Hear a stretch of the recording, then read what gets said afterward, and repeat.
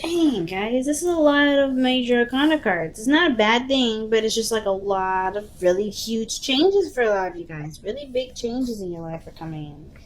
Well, you guys are making them changes happen, okay? But the 8 of coins, 8 of pentacles, that is hard work. That is definitely putting your elbow grease into it. Focused, energy, concentrated, you know. That's also the apprentice card. It's like, what are you working so hard for? There's a lot of work going on here, but there's a lot of work in regards to there's a lot of work that truly affects your relationship because you have the devil here. And I think it's having to do with dealing with impulses, dealing with certain behaviors. Yeah, you're willing to work for the love that you want because you're truly feeling passionate about this relationship. You truly feel great deals of love, probably. 10 of Cups, yeah. I feel like some of you guys definitely want to work on the relationship for the betterment of you and your partner. But it's, of course, overcoming the things that make you feel trapped.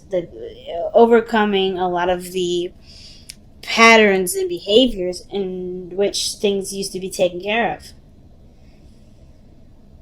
I feel like that the devil is also telling you too, or telling us right now today, is that the focus is that you have a strong bond between you and this individual, you and this person that's in your life, that's significant to you.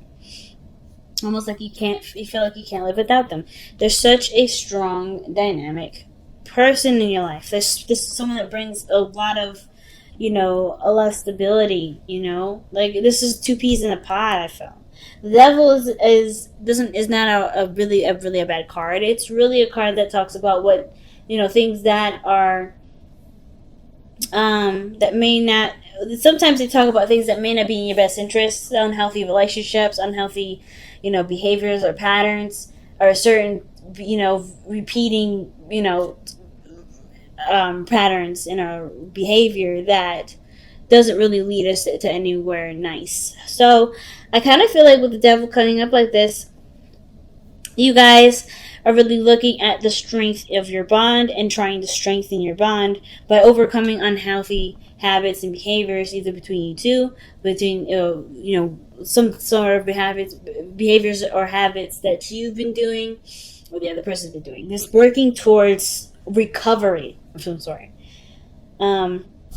Now in the past you had the high priestess rather, and the high priestess energy, that usually means there's a lot of receiving, a lot of non-action. So I feel like for some of you guys, you definitely were just observing, being alert, being aware. But it also can indicate that you knew something that you were very aware of. What is the high priestess saying to us in the past?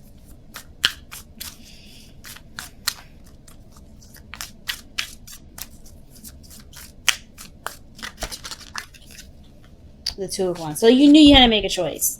So, okay. So the situation is maybe that you may have been keeping something back to yourself about what actions need to be taken in order for there to be, movement in a certain direction, some sort of progress going in some sort of direction. But I feel like it's been maybe concealed because, of course, I don't think you're ashamed of it. It's just like there's a lot of adjusting that may need to be done, and there's nobody else's business. It's really just like your personal spiritual growth, really. Like, how are you going to move forward? How are you going to overcome troubles from the past? Overcome, bad decisions or choices that you've made or you are making, or trying to get yourself in order. Like, there's some sort of decision here of being stuck at a crossroads that you knew in the past. I wonder where you guys going with this.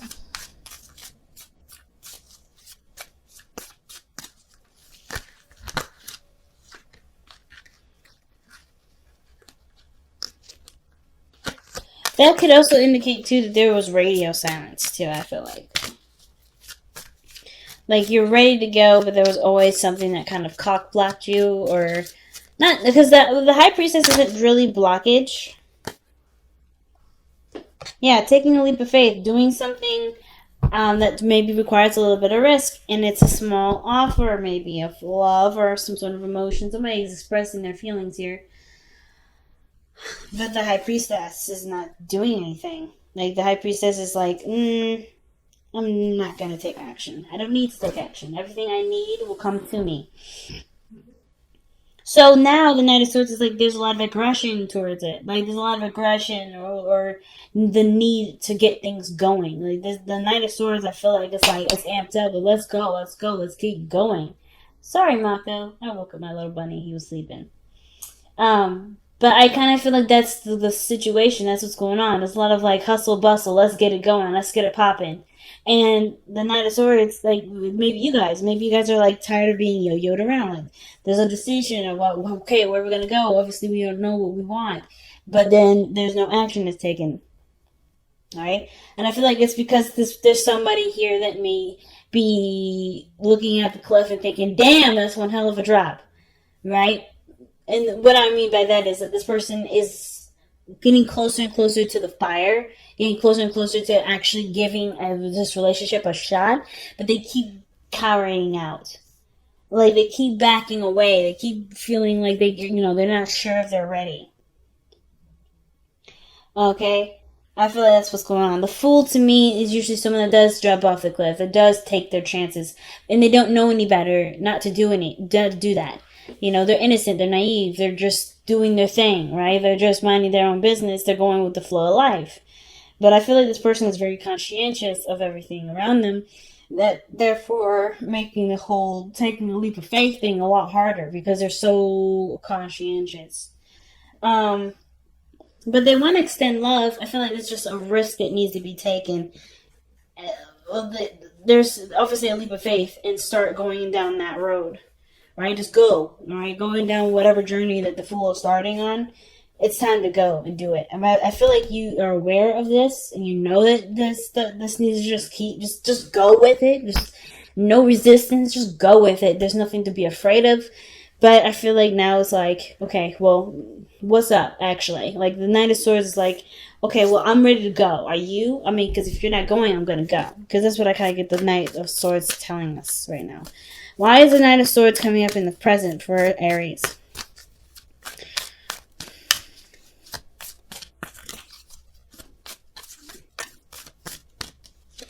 Because of Judgment. Yeah, I think you've been you're hitting a serious patch in your life where, big decisions will definitely need bigger steps. I mean, you have so many major arcana cards that come up in here that indicate the just choices in your life for you are huge.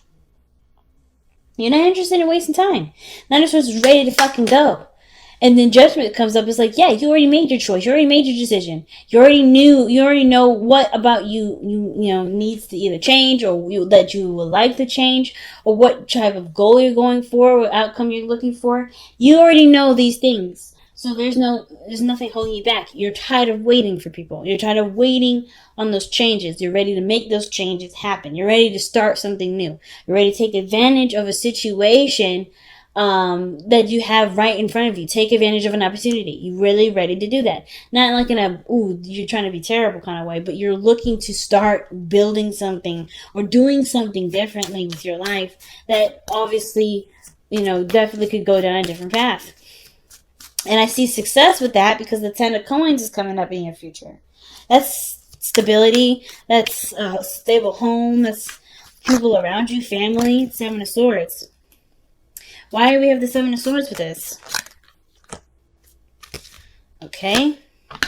Sneaking, getting information. The reason why the Ten of Coins is coming up is because there may be, either, this is something that you worked hard to understand, perhaps. Maybe the relationship, that dynamic was something that you needed understanding of. And now that you're ready to go. I feel like you're ready to take that risk. Before, you may needed some more time to understand stuff. But now, with the Seven of Swords, you're ready to go. You already have the plans and stuff ready to go. Very interesting. So your best bet to follow is Nine of Coins. Trust that you have everything that you need. You're very independent. You're very confident. That's one of the things that people wish they were Aries for, right? That confidence, that understanding of, well, yeah, things can be really scary, but I'm going to do them anyway because I know that I will get back up at the end of the day. You know how many times Aries has fallen off the horse? 1,010,000 times in their lifetime, but they will always get back on the horse because the pain doesn't last very long. The excitement, the journey, the learning experience is the thing that gets them back even more. The experiencing it, just doing it, right? Doing what they want, going for it. The consequences are not is nothing that really keeps you from doing things. And I think last year was a really big thing for a lot of you guys to look at consequences. You guys are looking at consequences, and you guys were a little bit unsure last year, but now you guys are back in your element. So I feel like right now with the Nine of Coins, it's like, yes, be back in that element. Know who you are and do what you believe you're ready to do. Because the Nine of Coins can also indicate that, there's a lot of boredom. You're single, you're ready to mingle, though. I feel like y'all are definitely ready to mingle. So you don't have to stick here in this kind of solitude place of lonesomeness. But I feel like, too, it's just going to take some action different than what you've been doing so far to actually start mingling with people. You know what I'm saying? So death is coming up as your external energy. Death and judgment like this, that's scary because that's Scorpio energy. And the fact that this external energy and usually pairs very well with the present energy, that's dual Scorpio pivotal energy. So there's a lot of deep and emotional and spiritual changes for you guys. Really, really drastic changes. And there's a changes of which when the death card comes up, where there's a lot of learning to adapt to that change. Right now, the Nine of Swords is like you're ready to cut people out your life. You're done. You're ready to go. You're no longer wasting time. So I feel like death, you're clearing the space for something new to come in. And I feel like with the Wheel of Fortune coming to be your best path to follow, you hope for a new opportunity and a brand new chance, a new start at something to start kicking off in your general direction. Now, you want a new opportunity. And you can get this. You are creating this actual new opportunity right now because of how judgment is with the Knight of Swords. You're done playing games. That's what that means to me. Knight of Swords is very, very, very scary when he's serious, right? Because he's like, look, I will mow you down. And that's what you guys are right now. You guys are ready to mow people down if they're standing in your way. Because you no longer have time to lose. You know exactly what you're looking for. You know exactly what you want. And you're willing to work for it. Eight of Coins. So your outcome is showing up as the Tower. I don't think this Tower is anything happening to you or anything unexpected happening to you. I feel like the Tower is what you do to change and alter your life because you're tired of something going one way. You're bored. It's driving you nuts. The relationship stuff, like you can't get anything off the ground. That's what it looks like. Like you're still at ground zero. You're always at ground zero. You're ready to start making some goddamn progress. I think you created, you're in the process of creating enough space to do that. No longer allowing people to just waste your time. You're now putting up boundaries that allow people that eliminate people from yo-yoing you around, from making you feel like you're not good enough, from making you feel like, you gotta wait extended long periods of time. I feel like you're open to receive whatever. But now you're picky. Because you don't have the time to do it. Like, not like you're running out of time, Aries. Like, none of that. So you don't want to give that time away to just waste anymore. You are confident in yourself. You're ready to go. So I was thinking this was a bond between you and another individual. And I feel like that may be the thing that's holding you back from starting a brand new things, right? Starting over, being single, living life like you're single. You're not committed to anyone, but you're drawn to someone. And that drawing to somebody, it can be great, but this is also a reason for you to continue to be single, to continue to kind of be alone.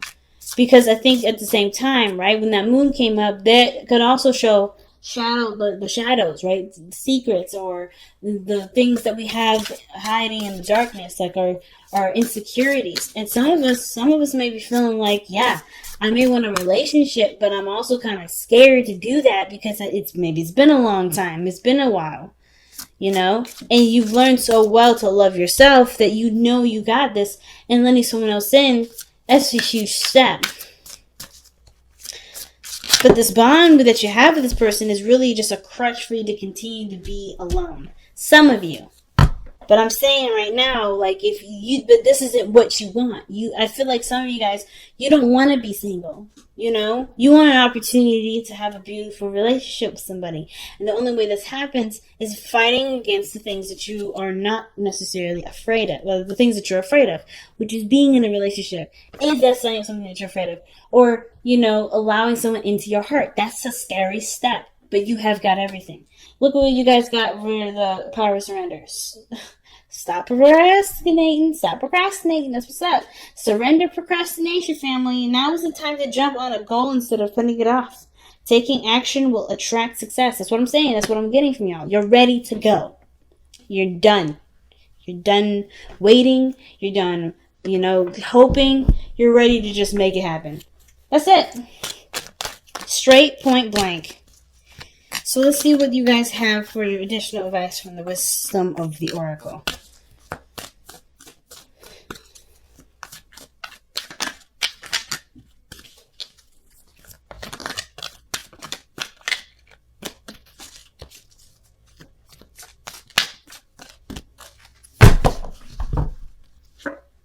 Come to the edge. Take that risk, family. Oh my God. You got so many cards in here that talk about taking a risk, taking a leap of faith. And it's not that you aren't doing that.